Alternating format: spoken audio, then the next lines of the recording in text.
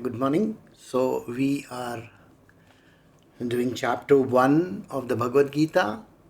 We had completed till verse 21. And now we will start verse 22 onwards. But before we do that, let me give you a small recap of what we did. There is Duryodhana and his entire army on one side. And there is Yudhishthir and his army on one side. Right in the middle, Shri Krishna, who is the charioteer, and Arjuna have come and stood over there. So Arjuna has requested Shri Krishna, please can you get me in the middle of this battle so that I can see everyone. So you have to actually observe what is happening around you. That is what he is doing. So that was till verse 21. So let us now continue with verse 22 onwards. This is Bhagavad Gita chapter 1 verse 22.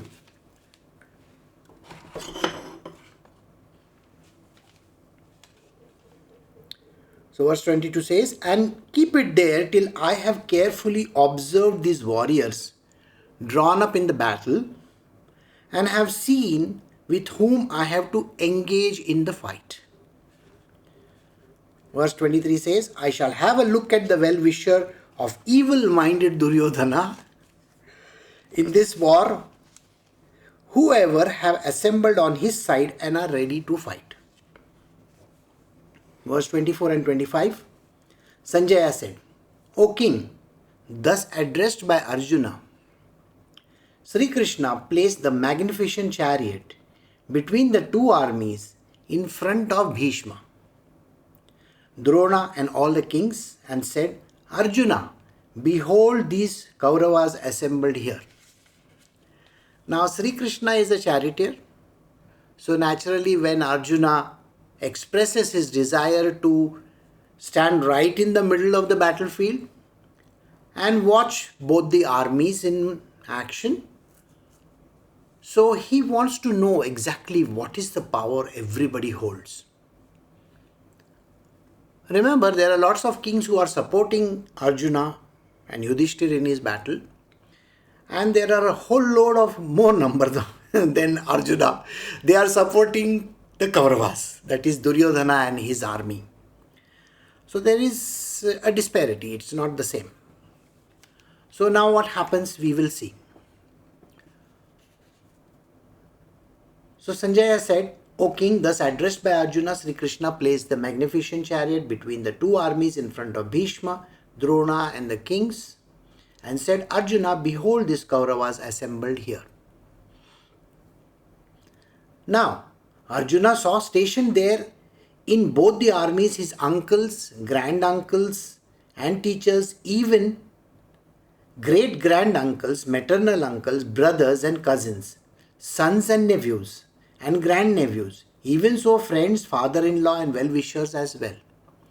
So, it is basically the entire clan is there, and not just the main warriors, that is the families are having their distant families also, their forefathers, and everybody is joined in.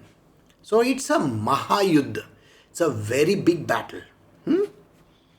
Seeing all the relations present there, Arjuna was overcome with deep compassion and spoke thus in sorrow. Now here comes the compassion and the sorrow, which is going to be expressed by Arjuna. Now this is a very critical thing for us to know, that when we come across a situation in life where we feel for that, we feel that, oh, why is this happening? Why should this happen? If it is happening to your own kith and kin, it is going to be terrible. So it is going to be terrible and you will not like it. The thing that we get to is, it's a pitiable condition. Why should this happen? What is the reason? And am I responsible for this? These are the kind of questions that are going to come up. And Arjuna is the epitome of all these things. He is going to say all those words that you also say in your life. So let us see. Arjuna said, Krishna, as I see this kinsman arrayed for battle, my limbs give away, and my mouth is getting parched. Nay, a shiver runs through my body and the hair stands on end. The bow Kandiva slips from my hand and my skin too burns all over. My mind is whirling as it were, and I can no longer hold myself steady. Verse 31, and Keshava, I see omens of evil, nor do I see any good in killing my kinsmen in battle. This is what happens. Think about it. If there is a political party, okay, the father is supporting one side, the son is supporting another side. It's going to be battle over there right itself. And in India, it is very common.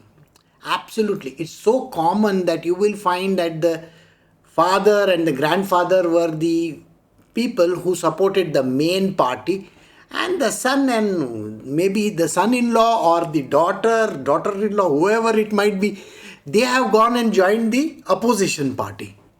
And at that time, you are pitted against each other. Just imagine, this is a very dangerous situation. How do you fight this kind of a problem? But still, you have to, isn't it? So here, Arjuna, though he is saying, he feels very sad for this kind of a situation. And the Gandiva slips from his hand. You remember, the Gandiva is his bow. It's a very, very powerful one. And he has it. His own weapons are there in hand, and he is going to fight with those weapons. At that point in time, he feels so bad that he lets go of the Gandiva. And then he says, oh, and Keshava, I see omens of evil, nor do I see any good in killing my kinsmen in battle. This is one peculiar situation everybody goes through. Just a few days ago, I had a person who was saying, I have to go and consult my astrologer because I am going through a terrible situation. I have to go and see my natal charts. I have to try to understand what this is all about, and maybe I will get answers. I mean, I don't understand what astrology or all these kind of palmistry or all these esoteric arts, whether they are really going to give some kind of a relief to them. It doesn't happen. Yet, people love to actually cling to those kind of situations where they say that, okay, let me find out from the astrologer. Maybe my time is bad. Maybe I am not in the right state, the place where I am. I have to make the changes. It's very funny. The idea that you are at a particular place, time, and you are going through a terrible moment in your life, you cannot blame the stars for it or some other thing. Think about it. Whereas Shri Krishna is concerned, don't you think he had to pass through all these things in his life? Everything that we go through. Imagine, he is born in a jail. And then he is transferred to another family. Today when somebody is adopted, you are an adopted child, we feel so bad about that person. Okay, he's an adopted child. His parents have thrown him out. This is a kind of situation. Shri Krishna himself was adopted by his adoptive parents and being born in a jail for all that. Can you imagine that situation? And then he had to be, instead of a king, a kingly person, he is out there as a shepherd boy. What kind of a situation is that? We rue our own situations. We say, I was born with a silver spoon in my mouth. Okay, and now what are you? You are nobody. So it must be because of the stars. Why would the stars influence you? I have never understood. See, please remember one thing. This is a very important statement. Nothing, Absolutely nothing in life will touch you if you don't believe in it. But if you believe in something, then all that stands true. Did you get it? If you believe in something, it will stand true. But if you don't believe in it, that object itself is not going to appear in front of you. Think about it from the snake and the rope example. When the person is looking at it in the dead of the night, when there is no light, he looks at it and says, oh, it's a snake. It appears as a snake. But when he sees it in daytime, oh, it's just a rope. This is a very common example from our ancient scriptures, but in our own life also. You will find that there are believers and non-believers. So the believers, if they have the firm faith, that particular God, whoever he might be, doesn't matter. You may believe in Hari, that is Shri Krishna himself, or for that matter, Vishnu, Mahavishnu, Narayana. Everybody is Hari in this case. Hari is real for you. But if you are a non-believer, if you are an atheist, and you say there is no God, you understand? If there is no God for you, he is not going to appear for you. God is not interested in trying to, prove himself that, I exist. No God is interested in proving to an atheist that I exist. Don't bother about it. And as a spiritual person, your job is not to convince anybody. We are not here to convince anybody. Okay? So having an argument with an atheist is no use. Got it? So if you believe that there is a problem, the problem takes a very big shape. But if you believe that it is solvable, whatever is there, it is solvable. There is no issue to be looked at. You can solve it. There is no problem at all. Everything is clean and clear from there. Everything is perfect. So let us continue. So after he sees these two armies, what does he say? So verse 32, Krishna, I do not covet victory, nor kingdom, nor pleasure. Govinda, of what use will kingdom and luxuries and even life be to us? This is an example of hypocrisy. After you win the war, you will want to enjoy the kingdom, okay?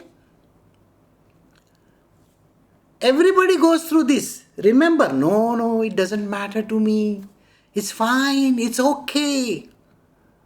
Now, if you are standing for election or you are giving an examination and you say, no, I don't think I will pass. Oh, I don't think I will win. All these things are there. But if you win and if you pass, you would love to enjoy it. Isn't it? So this is called hypocrisy. We should never make these kind of sentences any time before you do anything. Don't bother yourself about it. If I am victorious, if, the word if is there. That means you are not even sure about it. Don't bother. You just have to fight the war, go fight it. This is a simple teaching. The entire Bhagavad Gita is summed up in this. See, Bhagavad Gita says, just lift your bow and arrow and shoot. Do your job. Don't bother about the results. You don't have any control over anything in this world. Your job is to do your job. That's it. This is the main teaching of the Bhagavad Gita. But how much of the mind is talking continuously. Here, Arjuna's mind just talks jabbers. He just wants to ask questions after questions after questions. The only thing which he needs to do, and it could have ended in chapter 1 itself or not even happened, go and do your job. So now I want you to think about it. In such circumstances, who is the better amongst the lot? Is it Arjuna or is it Duryodhana? Duryodhana is ready for fighting. He says, okay, let me see. I will fight. I will destroy this enemy. Arjuna has or having a whole load of questions. This is what we are. We are the Arjunas of this world. We love asking questions, especially when we are standing at the ledge, at that ledge and saying, okay, now I'm going to tip over and fall down. At that point in time, what's going to happen? I want to know. I want to know the pros and the cons. What do you mean by your pros and cons? You just have to jump. Go jump. It doesn't happen. So here he has, I don't want the victory. I don't covet the victory, nor the kingdom.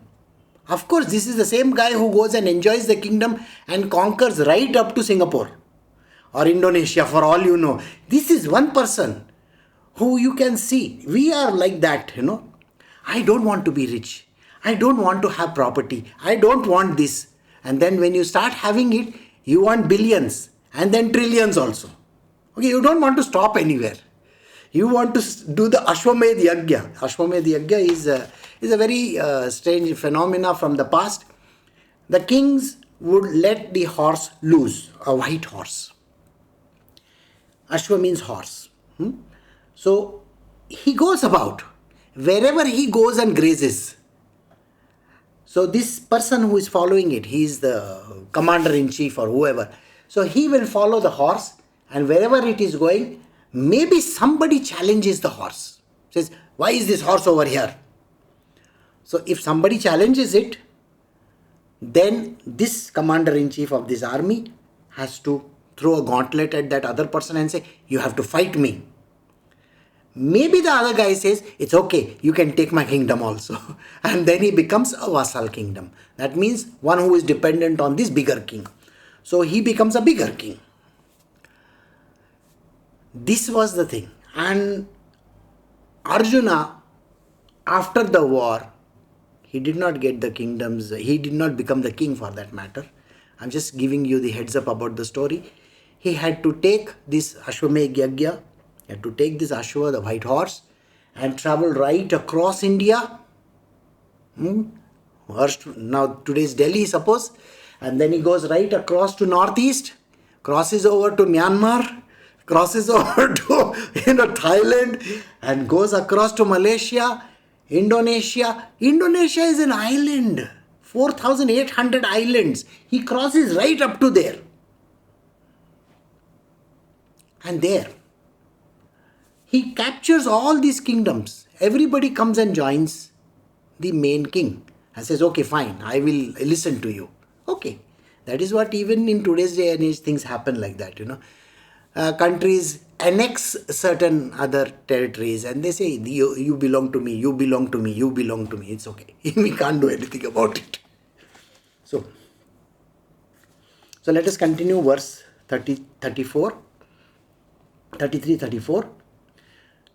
Those very persons from whose sake we covet the kingdom, luxuries and pleasure teachers, uncles, sons, nephews, and even so granduncles and great-granduncles, maternal uncles, father-in-law, grandnephews, brother-in-law, and other relations are here arrayed on the battlefield, staking their lives and wealth.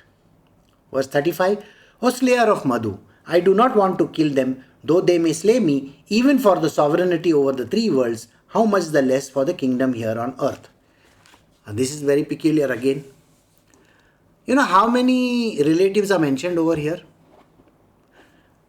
I want you to sincerely go in your own life and tell me, do you know who is your great-granduncle, grandnephew? Today's day and age, nobody cares a damn. Nobody, absolutely nobody. You won't even remember who is your uncle and who is your aunt. Okay? In the entire life, when you are grown up, you hardly would visit even your own parents. If you are staying away from your parents, you don't want to visit them. Once in a year ritual is there, where you have to go and visit your parents or your grandparents. That time you are so reluctant to go. But in olden times, the entire family lived together and it was a joint family. Everybody was a part of it. Today you don't have joint family. You have families which are thrown all over the world. Nobody wants to join them. Especially people who stay abroad or far away from their place where they are born or with their own parents. They would rather stay far away. Many a times I have my own disciples who stay abroad. Their parents have to request them, can you come once in a year at least? And after 3 years and 5 years, they will say, okay, I will see if I can come. This is the case. Nobody wants to go and visit. And if you visit over there, you are literally like a pariah, an outsider. You don't feel one with them. So how does this apply to you? So I told you the last part of it is the spiritual explanation that I will give you in the last 10 minutes. Krishna, how can we hope to be happy slaying the sons of Dhritarashtra by killing even these desperados? Sin will surely accrue to us. Verse 36. Therefore, Krishna, it does not behove of us to kill our relations, the son of Dhritarashtra. For how can we be happy after killing our own kinsmen? This is a very beautiful statement which he does. It is called guilt. We all go through a guilty phase every now and then. You shouldn't do this. You shouldn't do this. You shouldn't do this. And then you go ahead and do it. No.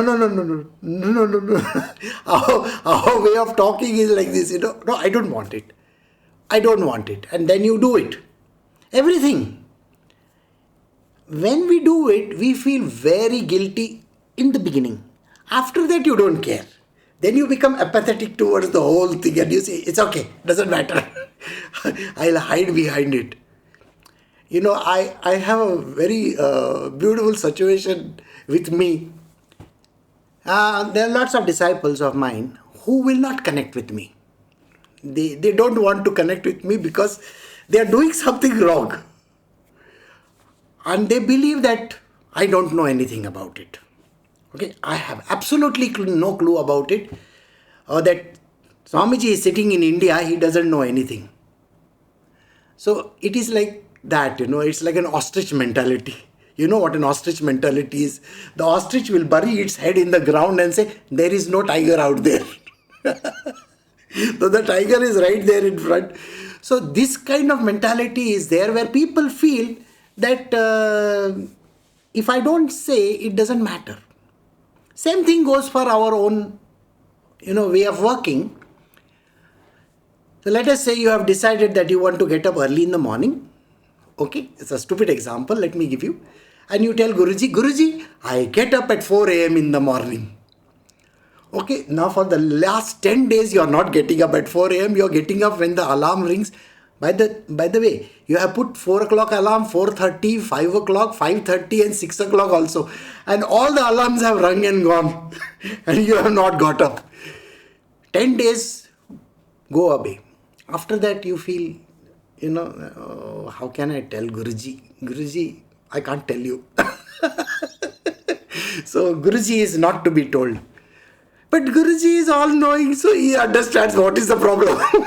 So even those 5 alarms or 6 alarms you might have set up, they have rung. But suppose you ask them the question, didn't your alarm ring? No, it did not ring. I think something is wrong with my phone. It doesn't ring at all. Well, the poor alarm has rung itself and gone dead. So this is the situation. And Arjuna is going through it so brilliantly.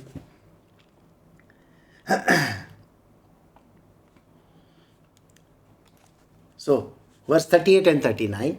Even though these people with their minds blinded by greed perceive no evil in destroying their own race and no sin in treason to friends, why should not we, O Krishna, who see clearly the sin accrued from the destruction of one's family, think of desisting from committing this sin? Oh, this is very peculiar again. Idea that you are committing a sin, Alright? Let us say you have a dog. And you have to put that dog under. Okay, so you want to go to the vet and say, oh, my dog cannot take it anymore. I want to put him under.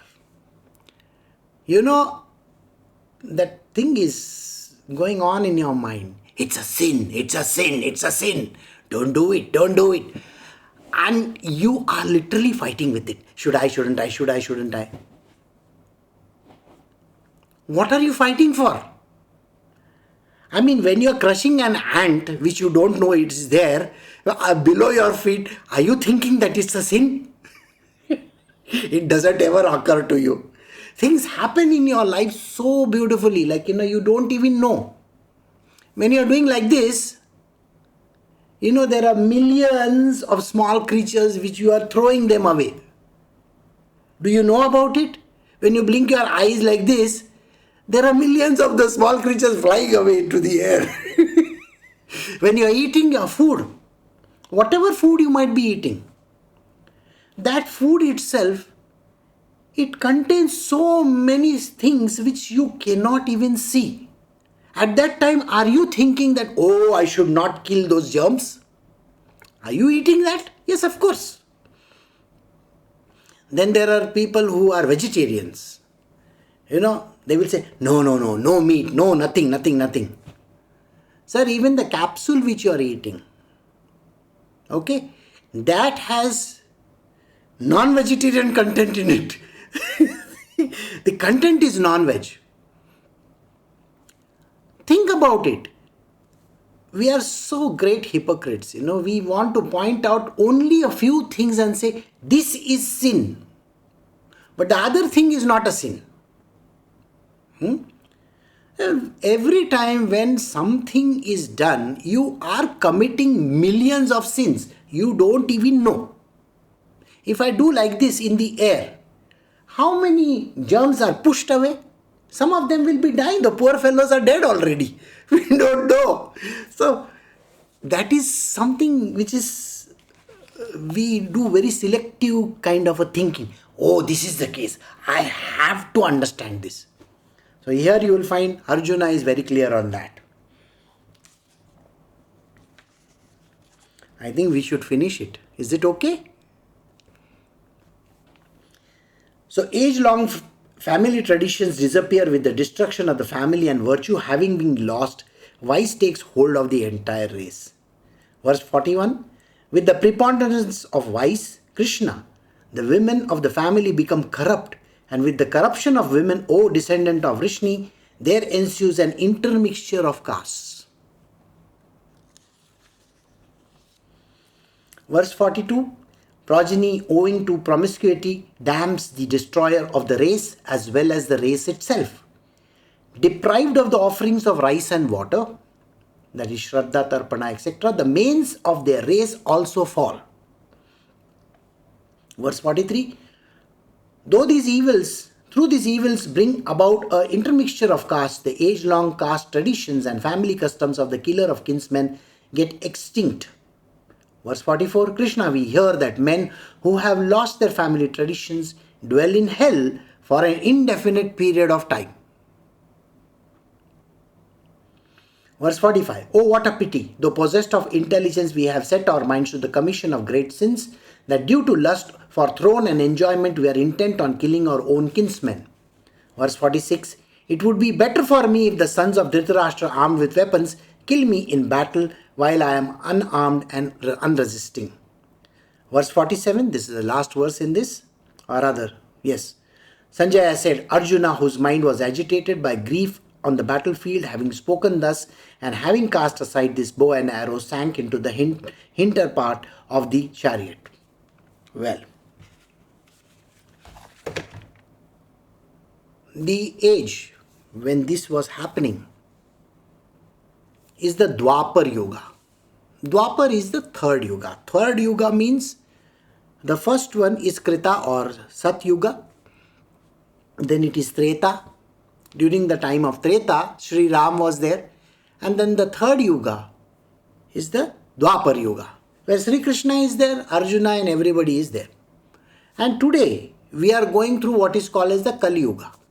Alright, so there are 4 Yugas, ages as we call them, the 4 Yugas.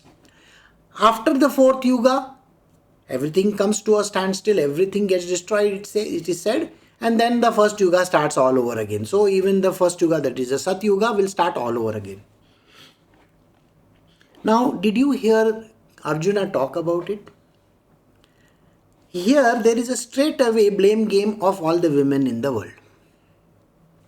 Okay, so these guys are fighting, and when these guys are killed, the women become wayward, and then they go and do what is necessary, and then they contaminate the race. The main cause is you, not those women. Okay? They have been under people like you for yugas. Arjuna himself married 6 women, not 1, 6. What do you mean by this? The idea that you are standing in judgment over people is not correct. Now, this is not a good thing. When you are marrying 6 women, and if Arjuna were to die, what would happen to these 6 women? Think about it. So they will go to the dogs? Is that what you mean? So these words clearly say how the way of thinking went by during that yuga. Today is the Kali Yuga. The women have to rise. They are already rising. This particular thing is going to reverse out. The reverse scenes are going to be there. Already the reverse scenes are happening. You will find that there was, in the recent survey that was done, people have really no idea about their own sexuality. Nobody has it. All the youngsters, all the millennials, they have a big question mark in front of them. What am I? So the situation is not about males and females. It's not about that somebody is going to go and become a wayward person. The application of this scripture has to be for today's day and age. Shri Krishna says to everybody, these are his teachings, that everybody in this world is a female, not a male. And there is only one male in this world. That is Shri Krishna himself. Alright? This is what we have to know and understand. So whatever the sentences that are there are not applicable to the women from that time, but we have to apply it in today's day and age. So it is connected to everyone, not just women. Okay? It is all the men also are included in this. So I think you understand most of what is written over here. So I will stop here and I will start my spiritual explanation of this. So we have concluded this chapter. The last of the verses is 47. So from verse 21 onwards, 22 onwards till 47, what was being said? Arjuna, as described in the spiritual world, is you yourself, right? Shri Krishna is the divinity within you, right? The Kauravas are the Shadripus. The tendencies which we seem to have, that is, you have. What are those tendencies? Those tendencies are clearly lust, greed, anger, all kinds of things that are there. These are negative traits. Arjuna represents you. Duryodhan represents the anger, or also what we call as greed within us. Dushasan represents lust. So you will find that this entire clan of Kauravas is nothing but the tendencies that we have within us. And it's a battle within us for overcoming that. It's a battle. We have to overcome all these tendencies. Now, in this, there is a lot of mention of the sires, grandsire, this fellow, that fellow, granduncles, nephews. What are they? Now, this is one small sentence which you have to take it just the way it is right now. It's called karma. Karma we will come to in the future chapters. But karma has a lot of babies. Okay? That is called collateral karma. You don't even know that it is happening. Karma, if it is connected to one person, let us say your karma is connected to your spouse, and you think that you are repaying the karma. And meanwhile, you have 2-3 children. You have your in-laws. You have your parents. You have your neighbors. And maybe you are an old person, you have your grandchildren also. So the karma associated with this one person is distributed collaterally with so many other people. They have become a whole world of karmic debt that we owe. So it is not to one person.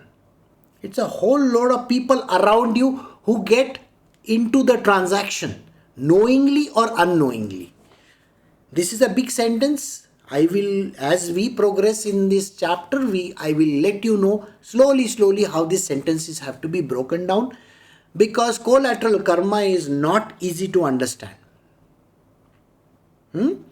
So, everybody is involved, everybody is in debt. So, in our life also, if, just a small example, if I am eating some food which is very hot, that means very spicy, it enters my stomach. And you may think that, oh, the spice I can only feel on my tongue, it is just a little bit. Sorry, it affects every part of your body. Right up to your stomach, your intestines, the entire system is going to get affected. So, anger, that is the Duryodhan within us. You may think anger is only affecting me in that one place called the mind. No. Anger affects every part of your body. The kind of hormones that are secreted, the kind of juices that are released, they come about in a very big manner. It will going to upset your entire being. I want you to observe this when you get angry. Observe this very carefully. You will find that when your anger is rising, your mouth becomes dry. The mouth inside becomes dry. Similarly, in fear, mouth becomes dry. So you think it is not affecting other parts of your being? Everything is getting affected. The stresses that you have are affecting other parts of the body as well, just not your mind or just not your brain. It is going to affect even your walking, your talking, how you speak. That also is affected. So this whole system within us, we are just put them in a personification. The personification mode is, oh, I have my guru over here, I have my grandsire over here, I have my this one, that one, so on and so forth. With all the tendencies, with all the things that are going around within us, we are going to affect this entire Kurukshetra. Kurukshetra is this battlefield. This body of yours is the battlefield.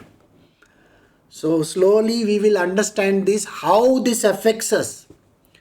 The Lord within us, that is Shri Krishna, is only driving the chariot. He is the charioteer. He is driving you towards your destination. What's going to happen tomorrow? Another situation I'll tell you. Every day is a new day. Suppose today you have financial problems. You are so worried. You are wondering, how is this money going to come about? What's going to happen? What's going to happen? What's going to happen? 1 month later, you have forgotten about today. 10 years ago, you had financial problems. That you had forgotten today. Do you see? Every day there is a new problem coming up. Every day there is a new situation. Every day there is a fight. We are literally struggling every single day of our life. But we don't remember that we had the same situation then. Maybe sometime in the future you will say, oh, when I was at that age, I had no money, I was living like this. But that is not the situation. The situation is, what is your mental state? What is the state of your being? What are you doing right now?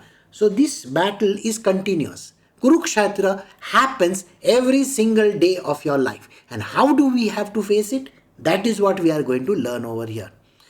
So this chapter is the beginning, and from now, that is chapter 2 onwards, you will come to know a lot more. Chapter 2 is literally the summing up of all the chapters put together.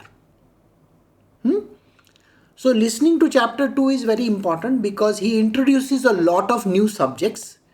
As Arjuna asks him question, he introduces a lot new subjects, and that is what we are going to see. Alright? So I will stop over here.